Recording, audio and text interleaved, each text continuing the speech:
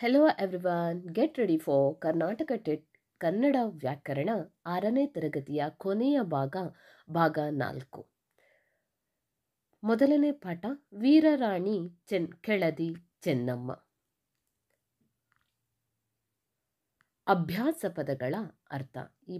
ಈ ಭಾಗದಲ್ಲಿ ಅಥವಾ ಈ ಗದ್ಯ ಭಾಗದಲ್ಲಿ ಬರುವಂಥ ಪದಗಳ ಅರ್ಥವನ್ನು ತಿಳಿಯೋಣ. ಕೀರ್ತಿ, ಖ್ಯಾತಿ, ಸ್ತುತಿ. ದಶ 10, ಬಲಾಢ್ಯ ಬಲಶಾಲಿ, ಕೃತಜ್ಞ ಉಪಕಾರವನ್ನು ನೆನೆಯುವವನು, ಸಂಸ್ಥಾನ ರಾಜ್ಯ ದೇಶದ ಭಾಗ, ತೆರಿಗೆ ಕರ ಸುಂಕ ಕಂದಾಯ, ಶರಣು ರಕ್ಷಣೆ ಮೊರೆ ಹೋಗು ನಮಸ್ಕಾರ, ಘೋಷಿಸು ಕೂಗಿ ಹೇಳು ಏರುಧ್ವನಿ, ತುರ್ತು ಜರೂರು ಬಿಡಾರ ತಂಗುವ ಸ್ಥಳ, ಆಘಾತ ಪೆಟ್ಟು ಆದೇಶ ಅಪ್ಪಣೆ, ಹೊಂಚು ನಿರೀಕ್ಷಿಸು ಯಾರಿಗೂ ಕಾಣದಂತೆ ಗುಪ್ತವಾಗಿರು, ದುಮ್ಮಾನ ವ್ಯಸನ ಚಿಂತೆ, ಆಸನ ಕುಳಿತುಕೊಳ್ಳುವ ಸಾಧನ ಅಥವಾ ಬೆಂಚು ಕುರ್ಚಿ. ಗಮನಿಸಿ ತಿಳಿ. ಕಣ್ಣು ತಪ್ಪಿಸು ಅಂದರೆ ಮರೆಮಾಚು. ಯಾರಿಂದಲೂ ಏನನ್ನಾದರೂ ತಪ್ಪಿಸ್ಕೊಂಡು ಹೋಗಬೇಕು ಅಂದರೆ ಕಣ್ಣು ತಪ್ಪಿಸು ಅಥವಾ ಮರೆಮಾಚು ಅಂತ ಹೇಳ್ತಾರೆ. ಪರಂಪರೆ ಹಿಂದಿನಿಂದ ನಡೆದು ಬಂದಂಥ ಸಂಪ್ರದಾಯ.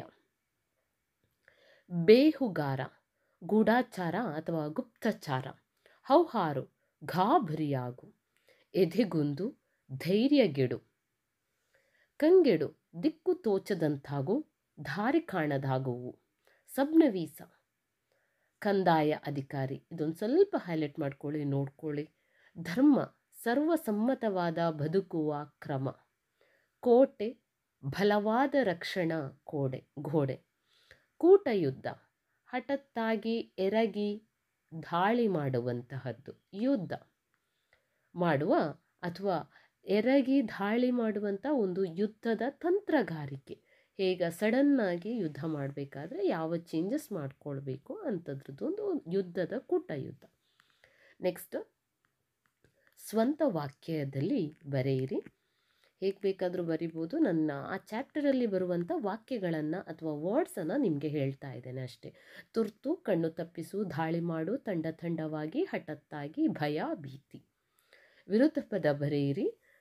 ಇದು ಕೂಡ ಎಲ್ರಿಗೂ ಗೊತ್ತಿರುವಂಥದ್ದೇ ವಿರುದ್ಧ ಪದ, ಬಟ್ ಆದರೂ ಜಸ್ಟ್ ನಿಮ್ಮ ನನ್ನ ಇದಕ್ಕೊಂದ್ಸತಿ ನಾನು ಹಾಕ್ತಾ ಇದ್ದೇನೆ ಅಥವಾ ಅಷ್ಟೇ.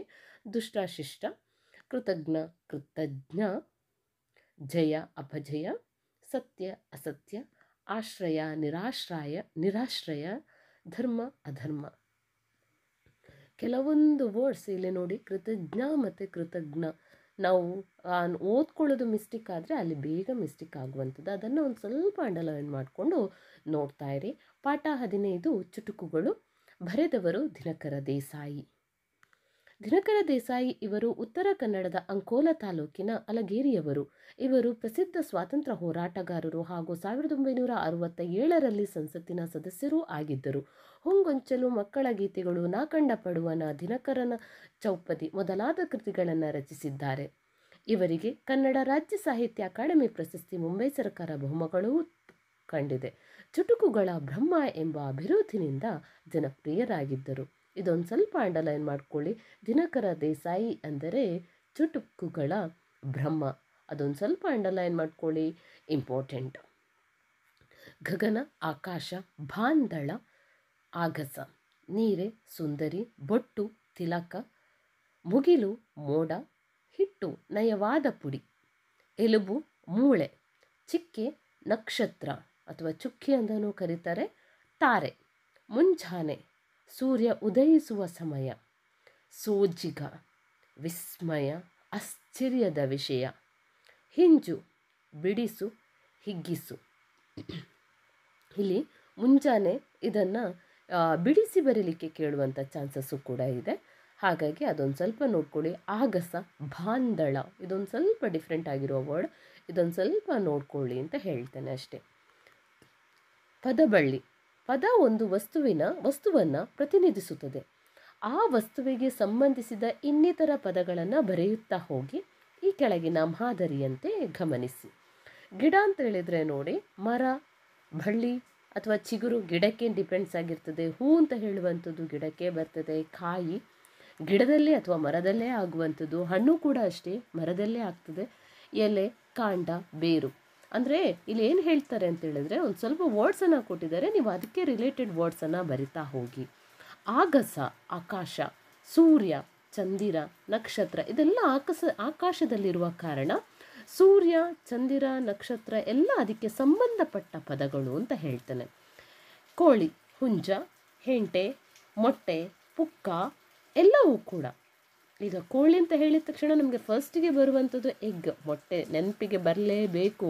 ಯಾಕಂದರೆ ಕೋಳಿನೇ ನಮಗೆ ಮೊಟ್ಟೆ ಕೊಡುವಂಥದ್ದು, ನಾವು ತಿನ್ನುವಂಥ ಮೊಟ್ಟೆಯನ್ನು. ಹೊಲ, ಅಫ್ಕೋರ್ಸ್ ಅದರ ಬಗ್ಗೆ ಜಾಸ್ತಿ ಹೇಳ್ತಾ ಹೋಗೋದಿಲ್ಲ. ಹೊಲೆ ಅಂದರೆ ಗದ್ದೆ, ಭತ್ತ, ಗಿಡ, ಮರ, ವ್ಯವಸಾಯ ಅದೆಲ್ಲವೂ ಕೂಡ ನಮಗೆ ಇದರಲ್ಲೇ ಬರುವಂಥದ್ದು. ಪಾಠ 16 ಕಟ್ಟಬೊಮ್ಮ. ಬರೆದವರು ಡಾಕ್ಟರ್ ಬಾಬು ಕೃಷ್ಣಮೂರ್ತಿ.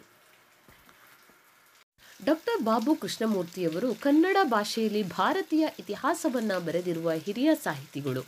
1944 ಮೇ 11 ಬೆಂಗಳೂರಿನಲ್ಲಿ ಜನಿಸಿದರು. ಬೆಂಗಳೂರು ವಿಶ್ವವಿದ್ಯಾನಿಲಯದಿಂದ BSc ಪದವಿಯನ್ನು ಪಡೆದಿರುತ್ತಾರೆ. ಪತ್ರಿಕೋದ್ಯಮದಲ್ಲಿ ತನ್ನ ವೃತ್ತಿ ಜೀವನವನ್ನು ಆರಂಭಿಸಿದವರು. ಗೊತ್ತಿರ್ತಿತ್ತು ನಿಮಗೆ, ಮಂಗಳ ಸಾಪ್ತಾಹಿಕ, ಬಾಳಮಂಗಳ ಮಕ್ಕಳ ಪತ್ರಿಕೆಯ ಮುಖ್ಯ ಸಂಪಾದಕರಾಗಿ ಕೂಡ ಕೆಲಸ ಮಾಡಿದವರು. ಇದನ್ನೆಲ್ಲ ನೋಡಿಕೊಂಡು ತುಮಕೂರು ವಿಶ್ವವಿದ್ಯಾನಿಲಯ ಗೌರವ ಡಾಕ್ಟರೇಟ್ ಕೊಟ್ಟು ಗೌರವಿಸಿದೆ. ಇವರ ಅಜೇಯ ಅದಮ್ಯ ರುಧಿರಾಭಿಷೇಕ ಅಂಥದಕ್ಕೆ ಸುಮಾರು ಇದು ಸಿಕ್ಕಿದೆ. ಏನು ಬುಕ್ಕುಗಳನ್ನು ಬರೆದಿರ್ತಾರೆ, ಇದು ಕೂಡ ಸಿಕ್ಕಿರ್ತದೆ. ಸೊ ಈ ಪದದಲ್ಲಿರುವಂತಹ ಅರ್ಥಗಳನ್ನು ನೋಡ್ತಾ ಹೋಗೋಣ.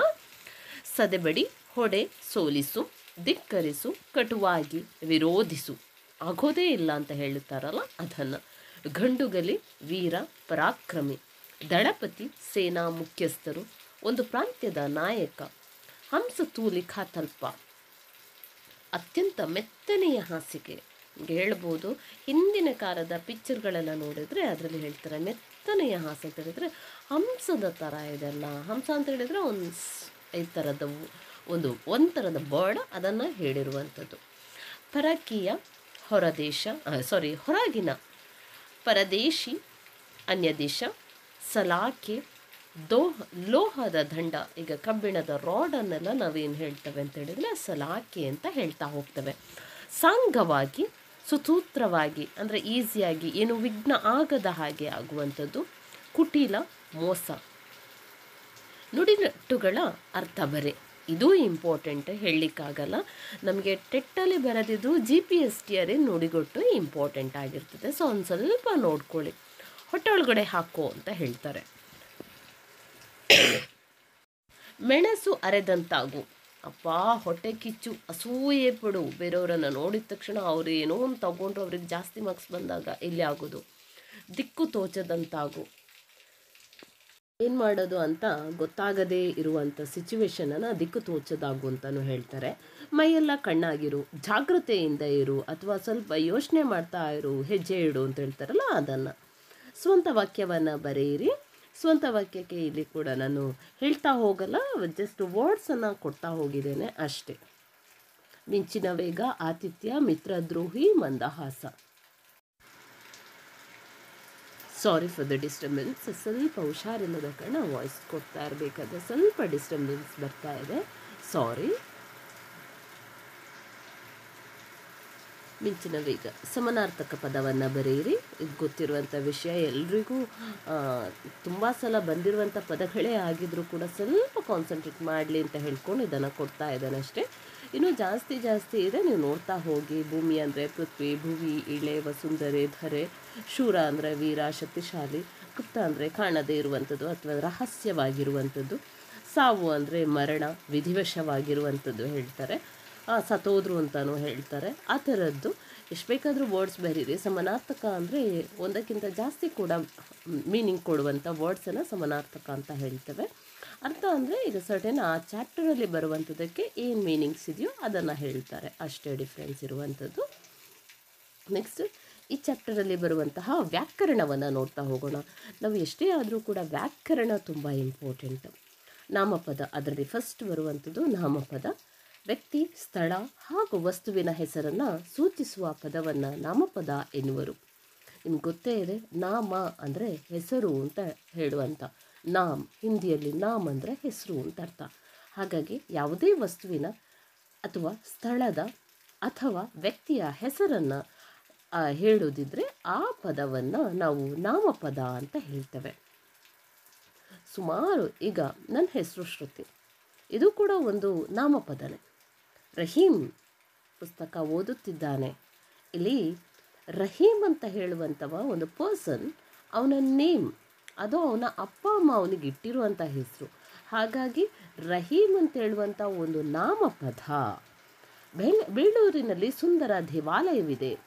ಬೇಲೂರು ಅದೊಂದು ಊರಿನ ಹೆಸರು ಅಷ್ಟೇ, ಅಲ್ಲಿ ಬೇರೇನು ಇದೇನಿಲ್ಲ, ಒಂದು ಊರಿನ ಹೆಸರಾಗಿರೋದ್ರಿಂದ ಅಲ್ಲಿ ನಾವೇನು ಹೇಳ್ತೇವೆ ಅದು ಕೂಡ ಒಂದು ನಾಮಪದ ಅಂತ ಹೇಳ್ತೇವೆ. ಇಲ್ಲಿ ನೋಡಿ, ರಹೀಮ್ ಅಂತ ಹೇಳುವಂಥದ್ದು ಇಟ್ಟ ಹೆಸರು, ಬೇಲೂರು ಅಂತ ಹೇಳುವಂಥದ್ದು ಎಲ್ಲೋ ಯಾವಾಗಲೂ ಇಟ್ಟಿರುವಂಥ ಹೆಸರು. ಇದಕ್ಕೂ ಡಿಫ್ರೆನ್ಸ್ ಇದೆ. ಸೊ ನಾಮಪದಗಳಲ್ಲಿ 3 ವಿಧ. ಫಸ್ಟ್ ರೂಢನಾಮ, 2 ಅಂಕಿತನಾಮ, 3 ಅನ್ವರ್ಥನಾಮ. ಇದು ನಮಗೆ ಇಂಪಾರ್ಟೆಂಟ್ ಆಗಿರುವಂಥದ್ದು. ಈಗ ನಾಮಪದ ಅಂತ ನಮಗೆ ಕೊಟ್ಟಿರ್ತಾರೆ ಅಷ್ಟೇ ಅಲ್ಲ, ಅದರ ಒಳಗಡೆಯ ಕ್ವೆಶನ್ಸನ್ನು ಕೇಳ್ತಾರೆ. ವ್ಯಾಕರಣ ಅಂದರೆ ವೆರಿ ಬೇಸಿಕ್ಕಿಂದ ಹೋಗಬೇಕು. ನಾವು ಅಂದ್ಕೊಂಡಿರ್ತೇವೆ 10th ಸ್ಟ್ಯಾಂಡರ್ಡ್ ಇದು ನೋಡಿದರೆ ಸಾಕು. ಇಲ್ಲ, ವೆರಿ ಬೇಸಿಕ್ ಹೋಗಲೇಬೇಕು ಆಗಿರೋದ್ರಿಂದ ನಾವು ಭಾಗ 1 ಶುರು ಮಾಡಿದ್ದೆ 6ನೇ ಕ್ಲಾಸಿಂದ. ಪರ್ವತ, ಶಾಲೆ, ನಗರ, ನದಿ, ಹಳ್ಳಿ ಇವೆಲ್ಲ ರೂಢಿಯಿಂದ ಬಂದರೆ ಹೆಸರುಗಳು. ಈಗ ನಮಗೆ ಗೊತ್ತಿರ್ಬೋದು, ಪರ್ವತ, ಹಿಮಾಲಯ ಪರ್ವತ ಅಂತ ಹೇಳುವಂಥದ್ದು ಅದೆಲ್ಲ ನಾವಿಟ್ಟ ಹೆಸರಲ್ಲ. ಶಾಲೆ ಎಷ್ಟೋ ಹಿಂದೆಯಿಂದ ರೂಢಿ ಕರೆದು ಇವತ್ತು ಕೂಡ ಅದು ರೂಢಿಯಾಗಿ ಬಂದಿರುವಂಥದ್ದು. ಶಾಲೆ ಅಂತ ಹೇಳುವಂಥದ್ದು ರೂಢಿ. ಅಥವಾ ನಗರ, ಪಟ್ಟಣ ಅಥವಾ ನದಿ, ಅದೆಲ್ಲ ನಮಗೆ ಇವತ್ತು ನಿನ್ನೆ ಹೆಸರುಗಳಲ್ಲ, ಎಷ್ಟೋ ಹಿಂದಿನಿಂದ ರೂಢಿಯಾಗಿ ಬಂದಿರುವಂಥ ಪದವನ್ನು ನಾವು ರೂಢನಾಮ ಅಂತ ಹೇಳ್ತೇವೆ. ರಮೇಶ, ರುಕ್ಮಿಣಿ, ಬ್ಯಾಂಗ್ಳೂರು, ಹಿಮಾಲಯ ಇವುಗಳೆಲ್ಲ ಹೆಸರುಗಳು. ಈಗ ಹೇಗೆ ನನಗೆ ನನ್ನ ಅಪ್ಪ ಅಮ್ಮ ಶ್ರುತಿ ಅಂತ ಇಟ್ಟಿರ್ತಾರೋ, ಇದು ಯಾರಿಗೂ ಗೊತ್ತಿರಲ್ಲ. ನಾನು ಹುಟ್ಟಿದ ನಂತರ ನನ್ನ ಪೇರೆಂಟ್ಸ್ ನನಗಿಟ್ಟಿರುವಂಥದ್ದು. ಬ್ಯಾಂಗ್ಳೂರು ಅಂತ ಹೇಳುವಂಥ ಒಂದು ಊರನ್ನು ಯಾರೋ ಒಂದು ಸ್ವಲ್ಪ ಜನ ಸೇರಿ ಅಲ್ಲಿ ಹೆಸರನ್ನು ಇಟ್ಟಿರ್ತಾರೆ. ಇಟ್ಟ ಹೆಸರನ್ನು ನಾವು ಅಂಕಿತ ಪದ ಅಂತ ಹೇಳ್ತೇವೆ ಅಥವಾ ಅಂಕಿತ ನಾಮ ಅಂತ ಹೇಳ್ತೇವೆ. ಇನ್ನೂ ಇಂಪಾರ್ಟೆಂಟು ವ್ಯಾಪಾರಿ, ಶಿಕ್ಷಕ, ವೈದ್ಯ ಇದೆಲ್ಲ ಏನು ಅಂತ ಹೇಳಿದ್ರೆ ಅವರವರ ವರ್ಕಿಗೆ ಇರುವಂಥ ಹೆಸರುಗಳು. ವೈದ್ಯ ಅಂತ ಹೇಳಿದ ನಂತರ ಅವನು ಡಾಕ್ಟ್ರು, ಅವನು ಕ್ಲಿನಿಕ್ಕಿಗೆ ಹೋಗಲೇಬೇಕು, ಮೆಡಿಸಿನ್ ಕೊಡಲೇಬೇಕು. ಅದರ ಪದಕ್ಕೆ ಅರ್ಥ, ಆ ಪದದ ಅರ್ಥಕ್ಕೆ ಅನುಗುಣವಾಗಿ ಬಂದಿರುವಂಥ ಹೆಸರನ್ನು ನಾವು ಅನ್ವರ್ಥ, ಹೆಸರಲ್ಲೇ ಹೇಳ್ತಾ ಇದ್ದಾರೆ, ಅರ್ಥವನ್ನು ಕೊಡುವಂಥ ಪದವನ್ನು ನಾವು ಅನ್ವರ್ಥಕ ನಾಮ ಎಂದು ಹೇಳ್ತೇವೆ. ಶಿಕ್ಷಕ ಅಂತ ಹೇಳಿದ ನಂತರ ಅಲ್ಲಿ ಟೀಚರ್ ಅವನು ಬರೀಲೇಬೇಕು. ಹಾಗಾಗಿ ಅದೊಂದು ಸ್ವಲ್ಪ ಇಂಪಾರ್ಟೆಂಟ್. ಇದಿಷ್ಟು ಈ ಚಾಪ್ಟರಲ್ಲಿ ಇದರಲ್ಲಿ ಹೈಲೈಟ್ ಮಾಡಿ ಓದಬೇಕಾಗಿರುವಂಥ ಕಾನ್ಸೆಪ್ಟ್ ಇದು ಅಂತ ನನಗನ್ನಿಸ್ತದೆ. ಇಲ್ಲಿ ಕೆಲವೊಂದು ಸ್ವಲ್ಪ ವರ್ಡ್ಸ್ ಕೊಟ್ಟಿದ್ದಾರೆ, ನೀವು ಅದನ್ನು ಒಂದು ಸರ್ತಿ ರೆಕಗ್ನೈಸ್ ನೀವೇ ಯೋಚನೆ ಮಾಡ್ಕೊಳ್ಳಿ. ಯಾವುದಿದು ರೂಢನಾಮ ಆಗಿರ್ತದೆ, ಯಾವುದಿದು ಅಂಕಿತನಾಮ, ಯಾವುದು ಅನ್ವರ್ಥನಾಮ ಅಂತ. ರೂಢನಾಮ ಅಂತ ಹೇಳಿದ ತಕ್ಷಣ ಅದರಲ್ಲೇ ನೇಮಲ್ಲೇ ಇದೆ ರೂಢಿ. ರೂಢಿ ಅಂದರೆ ಯಾರೋ ಕರ್ಕೊಂಡು ಬಂದಿದ್ದು, ಅದು ಕಂಟಿನ್ಯೂಷನ್ ಆಗ್ತಾ ಹೋಗಿದೆ. ಅಂಕಿತ ಅಂದರೆ ನನ್ನ ಅಪ್ಪ ಅಮ್ಮ ಇಟ್ಟಿರುವಂಥದ್ದು. ನೆಕ್ಸ್ಟ್ ಅನ್ವರ್ಥ ಅಂತ ಹೇಳಿದರೆ ಅರ್ಥಕ್ಕೆ ಅನುಗುಣವಾಗಿ ಬರುವಂಥದ್ದು. ಸೊ ಇದಿಷ್ಟರಲ್ಲಿ ಈಗ ಬರುವಂಥದ್ದನ್ನು ರೂಢನಾಮ ಅಂದರೆ ಮರ, ಪಟ್ಟಣ, ಬಂಡೆಕಲ್ಲು, ಕಾಡು, ನದಿ ಇದೆಲ್ಲ ನಿಮಗೆ ಗೊತ್ತಿದೆ. ನದಿ ಅದೆಲ್ಲ ನಾವಿಟ್ಟ ಹೆಸರಲ್ಲ. ಇದಕ್ಕಿಂತ ಅನ್ವರ್ಥನಾಮ, ಕುರುಡ, ಕಣ್ಣು ಕಾಣಿಲ್ಲದವನಿಗೆ ಕುರುಡ ಅಂತ ಕರಿತೇವೆ. ವಿದ್ವಾಂಸ, ಎಲ್ಲ ವಿಷಯವನ್ನು ತಿಳಿದವ. ಹಾಗಾಗಿ ಇದೊಂದು ಸ್ವಲ್ಪ ಹೈಲೈಟ್ ಮಾಡುವಂಥ ವಿಷಯ. ಚಾಪ್ಟರ್ 17 ನಿನ್ನಲ್ಲೂ ಅದ್ಭುತ ಶಕ್ತಿ ಇದೆ. ಇದೊಂದು ಒಳ್ಳೆ ಚಾಪ್ಟರ್ ಅಂತ ನನಗನ್ನಿಸ್ತದೆ. ಇದರ ಬರುವಲ್ಲಂಥ ಅಭ್ಯಾಸಗಳು: ಅಂತರಂಗ, ಒಳಗಿನ, ಅರುಣ, ಸೂರ್ಯ. ಇದೊಂದು ಗೊತ್ತಿರಲಿಲ್ಲ ನೋಡಿ. ಅರುಣೋದಯ ಅಂತ ಗೊತ್ತಿರ್ತಿತ್ತು ನಮಗೆ, ಆದರೂ ಅರುಣ ಅಂತ ಹೇಳುವಂಥದ್ದು ನಮಗೆ ಅಷ್ಟು ಫೋಕಸ್ ಆಗ್ತಾ ಇರಲಿಲ್ಲ. ಆಶಾದಾಯಕ, ಭರವಸೆಯಿಂದ ಕೂಡಿದ, ಕಡಲು ಸಮುದ್ರ ಕೆರಳಿದ ಸಿಟ್ಟಿಗೆದ್ದ ಕೀಳರಿಮೆ ಹೀನತನ ಟೊಂಗೆ ಕೊಂಬೆ ದಂಡೆ ದಡ ಅಥವಾ ತೀರ ದಿಕ್ಕು. ಈಗ ನೋಡಿ, ತೀರಾ ರಾ ಕೆಳಗೆ ಬಂದರೆ ಇನ್ನೊಂದು ಮೀನಿಂಗ್ ಆಯಿತು ಅಲ್ವಾ? ಸೊ ಅದನ್ನು ಸ್ವಲ್ಪ ನೋಡ್ಕೋಬೇಕು. ದಿಕ್ಕು ತೋಚದಾಯಿತು, ದಾರಿ ಕಾಣದಾಯಿತು, ಏನೋ ಈಗ ಕಾಣದಾಯಿತು, ಅದನ್ನೆಲ್ಲ ಬಿಡಿಸಿ ಪಡೀಲಿಕ್ಕೆ ಕೇಳಬಹುದಾದಂತಹ ಪದಗಳು ಆಗಿರ್ತದೆ. ನಾವು ಅಭ್ಯಾಸಕ್ಕೆ ಇದು ಮಾಡಿದಾಗ ಅಂತರಂಗ, ಅದನ್ನೆಲ್ಲವನ್ನು ಸ್ವಲ್ಪ ಫೋಕಸ್ ಮಾಡ್ಕೊಂಡು ಹೋಗ್ಕೊಳ್ಳಿ. ನಿಲುವು, ಕಣ್ಣಿಗೆ ಕಾಣುವಷ್ಟು ದೂರ, ಕಣ್ಣಿಗೆ ದೂರದಲ್ಲಿ ಎಷ್ಟರವರೆಗೆ ನಮ್ಮ ಕಣ್ಣಿಗೆ ಕಾಣ್ತದೋ ಅಷ್ಟನ್ನು ನಾವು ನಿಲುವು ಅಂತ ಹೇಳ್ತೇವೆ. ಆದರೆ ನಮ್ಮ ಕಣ್ಣು ಹೇಳ್ತದೆ, ನಮ್ಮ ಸೈನ್ಸ್ ಬೇಸ್ಡ್ ಹೇಳ್ತವೆ, ಇನ್ಫಿನಿಟಿ ವಿ ಕ್ಯಾನ್ ಸಿ, ಅಂದರೆ ಎಷ್ಟು ದೂರ ಬೇಕಾದರೂ ನಮಗೆ ನೋಡಲಿಕ್ಕಾಗ್ತದೆ. ಮೈ ಕೊಡವು, ಧೈರ್ಯದಿಂದ ಮೇಲೇಳು, ಯೋಜನ ಸುಮಾರು 9 ಮೈಲು, ವರ್ಣನೆ ಹೊಗಳಿಕೆ, ಬಣ್ಣನೆಯ ಮಾತು ಅಂತ ಹೇಳ್ತಾನೆ. ವರ್ಣ ಮತ್ತು ಬಣ್ಣ ಒಂದೇ ಥರದ್ದು ಅಥವಾ ತತ್ಸಮ ತದ್ಭವಕ್ಕೆ ಬರೆದಂಥ ಪದಗಳಿವು. ಅಮಿತ, ಮಿತ ಅಂದರೆ ಮಿತಿ ಇರುವಂಥದ್ದು, ಅಮಿತ ಅಂದರೆ ಮಿತಿ ಇಲ್ಲದ್ದು. ಅರುಣೋದಯ, ಸೂರ್ಯೋದಯ. ಉಲ್ಲಂಘನೆ, ಧಾಟು ಅಥವಾ ಪ್ರಾಬ್ಲಮ್ ಸಾರ್ಟ್ ಔಟ್ ಮಾಡ್ಕೊಳ್ಳಲಿಕ್ಕೆ ಮಿಸ್ಬಿಹೇವ್ ಮಾಡಿರುವಂಥವನು. ಕವಿ, ಮುಸುಕು. ಕವಿ ಅಂದರೆ ಇನ್ನೊಬ್ಬರು ಕವಿಯೂ ಇದ್ದಾರೆ. ಕಿಂಕರ, ಸೇವಕ, ಜಗಜ್ಞನನಿ, ಲೋಕಮಾತೆ, ತಡಿ, ದಡ, ದಕ್ಕಿಸಿ, ಪಡೆದು, ಹೇಗಾದರೂ ದಕ್ಕಿಸ್ಕೋಬೇಕು ಅಂತ ಹೇಳ್ತಾರಲ್ಲ, ದಟ್ ಈಸ್. ದಿಟ್ಟಿಸಿ, ವೀಕ್ಷಿಸಿ, ಬಲ್ಲೆವು, ತಿಳಿದಿದ್ದೇವೆ ಅನ್ನುವಂತಹ ಕಾನ್ಸೆಪ್ಟ್ ಇರುವಂಥದ್ದು. ಮಿಗಿಲು, ಹೆಚ್ಚು. ರುದ್ರನರ್ತನ, ಶಿವನ ರುದ್ರನರ್ತನ ಅಂತ ಹೇಳ್ತಾರಲ್ಲ ಅದು.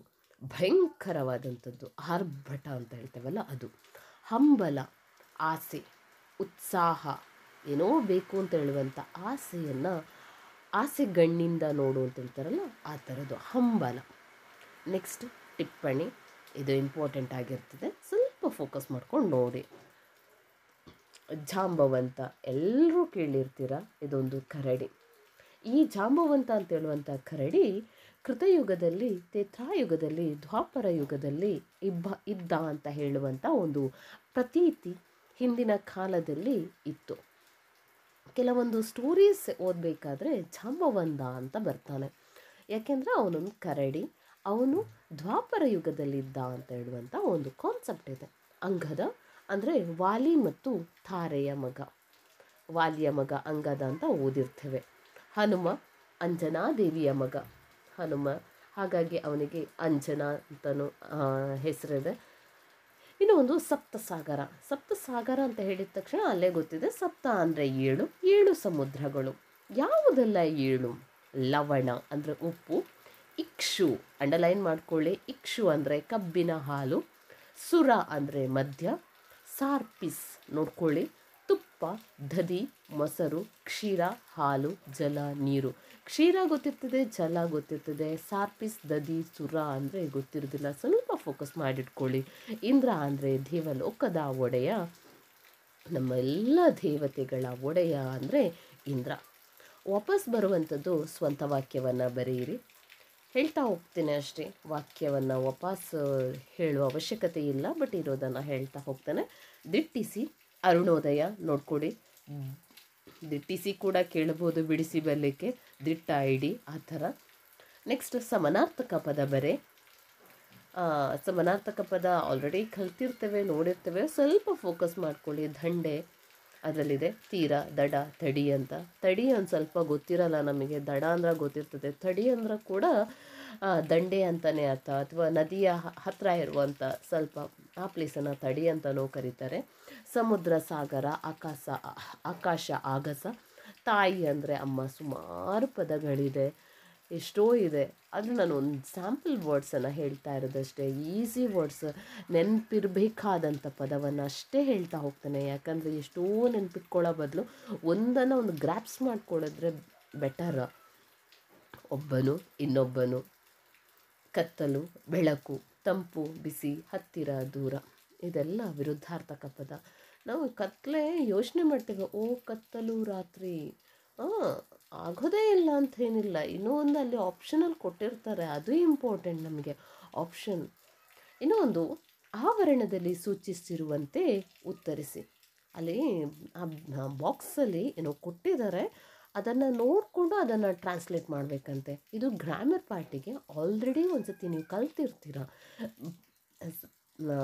ಕನ್ 6ನೇ ತರಗತಿಯ ಮೊದಲನೇ ಭಾಗದಲ್ಲಿ ಇದು ಇದೆ. 2ನೇ ಭಾಗ 2ರಲ್ಲಿ ನಾವು ಈ ಕಾನ್ಸೆಪ್ಟನ್ನು ಕಲಿತೇವೆ, ವಚನಗಳು ಚಾಪ್ಟರಲ್ಲಿ. ಅವನು ಶಾಲೆಗೆ ಹೋಗುತ್ತಾನೆ, ಸ್ತ್ರೀಲಿಂಗಕ್ಕೆ ಬರೆಯಿರಿ. ಲಿಂಗ ಇದು ಪುಲ್ಲಿಂಗದಲ್ಲಿದೆ. ಅವನು ಇದ್ದದ್ದು ಅವಳು ಆಗಬೇಕು. ಅವಳು ಶಾಲೆಗೆ ಹೋಗುತ್ತಾನೆ ಅಂದರೆ ವಾಪಸ್ ಅದು ಪುಲ್ಲಿಂಗ ಆಗ್ತದೆ. ಹೋಗುತ್ತಾಳೆ ಅದು ಗೊತ್ತಿರಬೇಕು. ಕಣ್ಣು ಕಾಣಿಸದವನು, ಒಂದೇ ಪದದಲ್ಲಿ ಹೇಳಿ. ಏನು ಕಣ್ಣು ಕಾಣಿಸದವನಿಗೆ ಏನು ಹೇಳ್ತಾರೆ? ಕುರುಡ.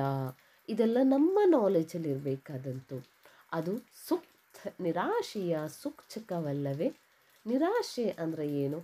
ಭಾವಸೂಚಕ, ನಮ್ಮ ಭಾವನೆಯನ್ನು ಹೇಳುವಂತಹದ್ದು. ನಮಗೆ ಬೇಜಾರಾಗಿರುವಂಥದ್ದನ್ನು ಎಕ್ಸ್ಪ್ರೆಸ್ ಮಾಡ್ಬೋದು. ಅಯ್ಯೋ ನಂಗೆ ಬೇಜಾರಾಯಿತು, ಅನ್ಸೋತೋನು ಅಂಥದ್ದು. ಸೊ ಇದು ಸ್ವಲ್ಪ ನಮಗೆ ಗ್ರಾಮರ್ ಪಾರ್ಟ್ ಇಂಪಾರ್ಟೆಂಟ್ ಆಗಿರ್ತದೆ, ಎಲ್ಲೆಲ್ಲಿ ಚಿಹ್ನೆ ಹಾಕಬೇಕು, ಎಲ್ಲೆಲ್ಲಿ ಏನು ಮಾಡಬೇಕು ಅಂತ. ಆನೆಯಾಕಾರ, ಆನೆ ಪ್ಲಸ್ ಆಕಾರ, ಆನೆಯಾಕಾರ. ಪುಟಿದೇಳು, ಪುಟಿದು ಪ್ಲಸ್ ಏಳು, ಪುಟಿದೇಳು. ಫಲಾಹಾರ, ಫಲ ಫಸ್ಟ್ ಆಹಾರ, ಫಲಾಹಾರ. ಅರುಣೋದಯ, ಅರುಣ ಪ್ಲಸ್ ಉದಯ, ಅರುಣೋದಯ. ಅರುಣೋದಯ ಇದನ್ನು ಸಂಧಿಯಲ್ಲೂ ಕೂಡ ಮಾಡಲಿಕ್ಕಾಗ್ತದೆ. ಸಂಧಿ ಚಾಪ್ಟರ್ ಬಂದಾಗ ಕೂಡ ಇದನ್ನು ಸ್ವಲ್ಪ ಫೋಕಸ್ ಮಾಡಲಿಕ್ಕಿರ್ತದೆ. ಹಾಗಾಗಿ ಅರುಣೋದಯ ಅಂತ ಹೇಳುವಂಥ ವರ್ಡ್ ಸ್ವಲ್ಪ ಇಂಪಾರ್ಟೆಂಟ್ ಆಗಿರ್ತದೆ. ಸಂಧಿಗಳಿಗೂ ಬಿಡಿಸಿ ಬರೆಯೋದಕ್ಕೆ ಮಾತ್ರ ಅಲ್ಲ. ಇಲ್ಲಿ ಬಂತು ಭಾವಸೂಚಕ ವಾಕ್ಯ. ಸಂತೋಷ, ಸಿಟ್ಟು, ಕೋಪ, ದುಃಖ, ನಿರಾಸೆ, ಜಿಗುಪ್ಸೆ, ಆಶ್ಚರ್ಯ, ಭಯ, ಆತಂಕ. ಇವೆಲ್ಲವೂ ನಮ್ಮ ಮನಸ್ಸಿನ ಒಂದೊಂದು ಭಾವನೆಗಳನ್ನು ವ್ಯಕ್ತಪಡಿಸುವ ರೀತಿ. ಸಂತೋಷ ಆದಾಗ ಎಷ್ಟು ಖುಷಿ ಪಡ್ತೇವೆಯೋ, ಸಿಟ್ಟು ಬಂದಾಗ ಅಷ್ಟೇ ಕಿರುಚಾಡ್ತೇವೆ, ಕೋಪ ಬಂದಾಗ ಅಷ್ಟೇ ಬೇಜಾರಾಗ್ತೇವೆ, ದುಃಖ ಆಗ್ತದೆ, ನಿರಾಸೆ ಆಗ್ತದೆ. ಇದೆಲ್ಲ ನಮ್ಮ ಭಾವನೆಗಳು. ಭಾವನೆಯನ್ನು ಹೇಗೆ ನಾವು ಎಕ್ಸ್ಪ್ರೆಸ್ ಮಾಡ್ತೇವೆ? ನಾವು ಅದನ್ನು ಸಿಟ್ಟನ್ನು ಗರ್ಜಿಸಿ ನಮ್ಮ ಮಾತಲ್ಲಿ ವ್ಯಕ್ತಪಡಿಸ್ತೇವೆ. ನಮಗೇನು ಇನ್ನೊಬ್ಬರಿಗೆ ಹೇಳಬೇಕು, ನಮ್ಮ ಒಳಗಡೆ ಇರುವಂಥದ್ದನ್ನು ಹೊರಗಡೆ ಎಕ್ಸ್ಪ್ರೆಸ್ ಮಾಡಬೇಕು. ಹೇಗೆ? ಮಾತಲ್ಲಿ ಎಕ್ಸ್ಪ್ರೆಸ್ ಮಾಡ್ತೇವೆ. ಸಂತೋಷದಲ್ಲಿ, ಈಗ ನೀವು ಕಾದಂಬರಿಯೆಲ್ಲ ಓದಬೇಕಾದ್ರೆ ಆ ಖುಷಿಯನ್ನು ಅವರು ಎಕ್ಸ್ಪ್ರೆಸ್ ಮಾಡುವ ರೀತಿಯಲ್ಲಿ ನೀವು ಓದ್ತಾ ನೀವೇ ಖುಷಿಯಾಗಿ ಹೋಗಿರ್ತೇವೆ. ಯಾಕಂದರೆ ಆ ಖುಷಿಯ ಎಕ್ಸ್ಪ್ರೆಸ್ ಮಾತಿನ ಬರಹದ ಮೂಲಕ. ಹಾಗಾಗಿ ಇಲ್ಲೊಂದು ಸ್ವಲ್ಪ ಎಕ್ಸಾಂಪಲ್ಸ್ ಕೊಡ್ತಾ ಹೋಗ್ತಾ ಇದ್ದಾರೆ, ನೋಡ್ತಾ ಹೋಗೋಣ ಅದು ಏನೇನು ಅಂತ. ಆಹಾ, ಆಗುಂಬೆಯ ಸೂರ್ಯಾಸ್ತ ಎಷ್ಟು ಚಂದ ಅಲ್ವಾ? ವಾವ್, ಎಷ್ಟು ಸಖತ್ತಾಗಿದೆ ವ್ಯೂ ಪಾಯಿಂಟ್ ಅಂತ ನೀವು ಹೇಳ್ತಿರಲ್ಲ, ಆ ಥರ ಎಷ್ಟು ಖುಷಿ ಆಗ್ತದೆ ಅಂತ. ಅಯ್ಯಯ್ಯೋ, ಸಮುದ್ರದಲ್ಲಿ ಸೂರ್ಯ ಜಿಗಿದೇ ಬಿಟ್ಟ. ಅಯ್ಯೋ ನಂಗೆ ಭಯ ಆಗ್ತದೆ, ಅವನೇನಾಗ್ತಾನೋ, ಅವನು ಮುಳುಗಿ ಬಿಡ್ತಾನೋ ಏನೋ, ಒಂಥರ ಟೆನ್ಷನ್ ಆಗಿದ್ದಾಗ. ಅವರೇ ಗೆದ್ದುಬಿಟ್ರ. ಆ ಕಡೆ ಖುಷಿನೂ ಇದೆ, ಈ ಕಡೆ ಬೇಜಾರೂ ಇದೆ ಇವ್ರಿಗೆ. ಆ ಥರದ್ದು ಕಾನ್ಸೆಪ್ಟ್. ಸತ್ಯವನ್ನು ಕೊಂದರಿ ಜನ, ಬೇಜಾರು ಹೇಗೋ ಇರಬೇಕಾಗಿತ್ತು. ಈ ಸತ್ಯ ಅಂತ ಹೇಳುವಂಥದ್ದನ್ನು ಎಲ್ಲ ಜನ ಸೇರಿಸ್ಕೊಂಡು ಕೊಂದು ಬಿಟ್ರೆ ಇವರು ಏನು ಮಾಡೋಕ್ಕಾಗಲ್ಲ ಅಂತ ಹೇಳುವಾಗೆ. ಅಬ್ಬಾ, ಏನಿದರ ರುದ್ರ ನರ್ತನ, ಏನಿದರ ಭಯಂಕರ ಅಂತ ಹೇಳ್ತಾರಲ್ಲ ಅದು. ಈ ಮೇಲಿರುವ ವಾಕ್ಯಗಳು ಭಾವಸೂಚಕ ವಾಕ್ಯಗಳು. ಗೊತ್ತಿರ್ತೀರ, ಅಲ್ಲಿ ನೋಡಬೇಕಾದ್ರೆ ಓದಬೇಕಾದ್ರೆ ನಿಮಗೆ ಗೊತ್ತಾಗ್ತದೆ. ಸೊ ಅದರ ಬಗ್ಗೆ ಹೇಳ್ತಿರೋದು. ಇನ್ನೂ ಒಂದು, ಭಾರತದಲ್ಲಿ ಹಲವು ವ್ಯಕ್ತಿಗಳು ಮೌಲ್ಯಗಳಿಗೆ ಹೆಸರಾಗಿದ್ದಾರೆ. ಇದೊಂದು ಸ್ವಲ್ಪ ನೋಡ್ಕೊಳ್ಳಿ, ಇಂಪಾರ್ಟೆಂಟ್. ಶ್ರವಣ ಕುಮಾರ ಅಂತ ಹೇಳಿದರೆ ಪಿತೃಭಕ್ತಿಗೆ, ಹರಿಶ್ಚಂದ್ರ ಅಂದರೆ ಸತ್ಯ, ದುರ್ಯೋಧನ ಅಂದರೆ ಛಲ, ಭೀಮ ಅಂದರೆ ಬಲ, ದತೀಚಿ ಅಂದರೆ ತ್ಯಾಗ, ಕರ್ಣ ಅಂದರೆ ದಾನ, ಮೀರಾ ಅಂದರೆ ಭಕ್ತಿ, ಕೃಷ್ಣ ಕುಚೇಲ ಅಂದರೆ ಸ್ನೇಹ, ಮಹಾವೀರ ಅಂದರೆ ಅಹಿಂಸೆ. ನಮಗೆ ಇವರೆಲ್ಲರ ಬಗ್ಗೆ ಸ್ಟೋರಿ ಓದಿರ್ತೇವೆ, ಏನೋ ಎಲ್ಲ ಓದಿರ್ತೇವೆ. ಅಲ್ಲಿ ಈ ಚೂಸ್ ದಿ ಫಾಲೋವಿಂಗ್ ಕೊಟ್ಟಾಗ ಏನಪ್ಪ ದುರ್ಯೋಧನ ಅಂತ ಹೇಳಿದರೆ, ಹೌದು ಅವನು ಸತ್ಯನೂ ಹೇಳಿದಾನೆ, ಏನು ಸುಳ್ಳೇ ಹೇಳಲ್ಲ ಅಲ್ಲ, ಛಲದ ಜೊತೆಗೆ ಸುಳ್ಳು ಅಂತಲೂ ಬರ್ತಿರ್ತಾನೆ. ಹೌದು, ತೆರೆಯೋದನ್ನು ಸ್ವಲ್ಪ ಮಟ್ಟಿಗೆ ಸುಳ್ಳು ಹೇಳಿರ್ತೇನಲ್ಲ ಅಂತೆಲ್ಲ ಯೋಚನೆ ಮಾಡ್ಕೊಂಡು ಏನೇನೋ ಹಾಕಿರ್ತೇವೆ. ಹಾಗಾಗಿ ಇಂಥದ್ದನ್ನು ಓದಿ ನೆನಪಿಟ್ಕೊಳ್ಳೋದು ಒಳ್ಳೆಯದು ಅಂತ ಅನಿಸ್ತದೆ. ಇಲ್ಲಿಗೆ 6ನೇ ತರಗತಿಯ ಕನ್ನಡ ಪಠ್ಯಪುಸ್ತಕದಲ್ಲಿರುವ ಎಲ್ಲ ವಾಕ್ಯವನ್ನು ಅಥವಾ ವ್ಯಾಕರಣವನ್ನು ತಿಳಿದಿದ್ದೀರಿ. ಮುಂದಿನ ಭಾಗದಲ್ಲಿ 7ನೇ ತರಗತಿಯ ಕನ್ನಡ ವ್ಯಾಕರಣವನ್ನು ನೋಡೋಣ. ಮುಂದಿನ ಭಾಗಕ್ಕೋಸ್ಕರ ಕಾಯ್ತಾ ಇರಿ ಅಂತ ಹೇಳ್ತಾ, ಅಥವಾ please subscribe my channel name is Shruti Peral ಅಂತ ಅಂದ್ಕೊಳ್ತೇನೆ. ಹಾಗಾಗಿ ಥ್ಯಾಂಕ್ ಯು ಫಾರ್ ವಾಚಿಂಗ್. ಇಷ್ಟೊತ್ತು ಎಲ್ಲವನ್ನ ನೋಡಲೇಬೇಕು ಅಂತಿಲ್ಲ. ಜಸ್ಟ್ ನಾವು ವಿಮೆನ್ಸ್ ಆಗಿರೋದ್ರಿಂದ ಏನೋ ವರ್ಕ್ ಮಾಡ್ತಾ ವೀಡಿಯೋವನ್ನು ಆನ್ ಮಾಡಿಟ್ರೆ ಸಾಕು, ಕೇಳಿಸ್ಕೊಂಡಿದ್ರೆ ಸಾಕು. ನಮಗೆ ಅಷ್ಟೊತ್ತು ಕೂತ್ಕೊಂಡು ನೋಡುವಷ್ಟು ಪೇಷನ್ಸು ಇರಲ್ಲ. ಯಾಕಂದರೆ ನಮ್ಮ ಮನೆ ಕೆಲಸ ಅದು ಇದು ವರ್ಕಿಂಗ್ ವುಮೆನ್ ಆದರೆ ಇನ್ನೂ ಕಷ್ಟ. ವಿಡಿಯೋವನ್ನು ಒಂದು ಕಡೆ ಆನ್ ಮಾಡಿಟ್ಟು ಕೇಳಿಸ್ಕೊಳ್ತಾ ಇರಿ. ಅಟ್ಲೀಸ್ಟ್ 1-2 ವರ್ಡ್ಸ್ ಆದರೂ ತಲೆಗೆ ಹೋಗ್ತಾ ಇರ್ತದೆ. Try for tomorrow, not for today. If you try today, the definitely tomorrow is yours ಅಂತ ಹೇಳ್ತಾ